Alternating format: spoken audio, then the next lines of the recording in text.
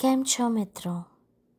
સૌથી પહેલાં તો મારો પરિચય આપી દઉં, પછી મારા સોશિયલ મીડિયાના માધ્યમથી એક પોતાને ગર્વ અનુભવી શકાય એ કાર્યનું વર્ણન કરીશ. મારું નામ પ્રાચી છે. હું મૂળ અમદાવાદની ગુજરાતી છું, પણ છેલ્લા અમુક વર્ષોથી કેનેડામાં રહું છું.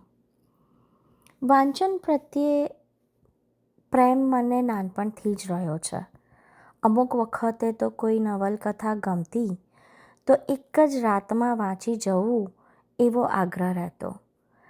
એ વખતે પુસ્તકો આવતા, જોકે પુસ્તકો તો હજી પણ મળે છે, પણ હવે લોકોને ઓડિયો બુક સાંભળવાનું વધારે પસંદ છે, કેમ કે એ ગમે ત્યારે એને ચાલુ કરી ગમે તે જગ્યાએ, મુસાફરીમાં, ગમે તે પરિસ્થિતિમાં સાંભળી શકે છે. જ્યારે પુસ્તકો એક કન્ટ્રીમાંથી બીજા કન્ટ્રીમાં, અને એવા રેર પુસ્તકો જે વિસરાઈ ગયેલા છે, એ ક્યાંય કોઈને મળતા નથી. એવી લાઇબ્રેરીઓ મને લાગે છે કે કદાચ બહુ ઓછી હશે જ્યાં આ બધા પુસ્તકો મળતા હશે. તો બસ એ જ બધી વિસરાઈ ગયેલી આપણી ગુજરાતી વાર્તાઓ, કૃતિઓ વાંચવાનો હું પ્રયાસ આ પોડકાસ્ટમાં કરવાની છું.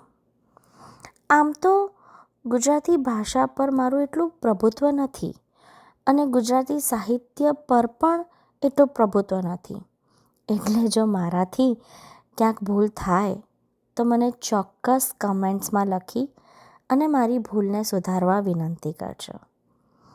આ પોડકાસ્ટ ચાલુ કરવા પાછળનો મારો એકમાત્ર આશય એ છે કે અત્યારના આ રીલ્સ, ટિકટોક અને મીમ્સના જમાનામાં આપણા વિદેશમાં રહેતા આપણા બાળકોને આપણા વિસરાઈ ગયેલી ગુજરાતી વારસાની ઓળખાણ કરાવી. જેમ કે અમુક ગુજરાતી વાનગીઓ, લખાણો વિસરાઈ ગયા છે.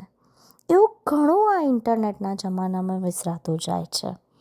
બસ એ વારસો વિસરાઈ ના જાય એનો નાનકડો પ્રયાસ કરવા માગું છું. મારા જન્મ પહેલાં રચાયેલી આ કૃતિઓની ઓળખાણ મારા માતા પિતાએ મને કરાવી અને બા દાદાએ કરાવી. અમુક વાર્તાઓ બાપ દાદા તરફથી સાંભળવા મળતી. મને પૂરી ખાતરી છે મારી ઉંમરના ઘણા માતા પિતા પોતાના બાળકોને એ વાર્તાઓ સંભળાવવા ઈચ્છતા હશે, જે સાંભળીને આપણે મોટા થયા છીએ.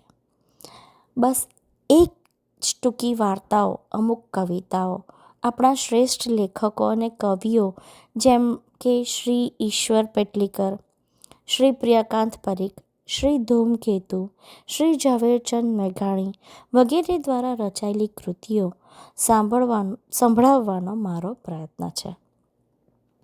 મારા આ પ્રયત્નમાં આપણા સૌ ગુજરાતી મિત્રોનો સહકારની આશા રાખું છું, અને આપણા બાળકોને આ કૃતિઓ સાંભળે અને એ બી મોટા થઈ અને પોતાના બાળકોને સંભળાવે તો ચોક્કસ આપણા વિસરાઈ ગયેલા લેખકો અમર રહેશે.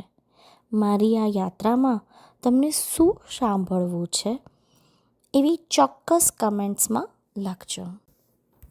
તો હવે પછીના પોડકાસ્ટમાં હું કઈ વાર્તા લઈને આવું છું એ હું તમને જણાવીશ. ત્યાં સુધી મને રજા આપો. આભાર.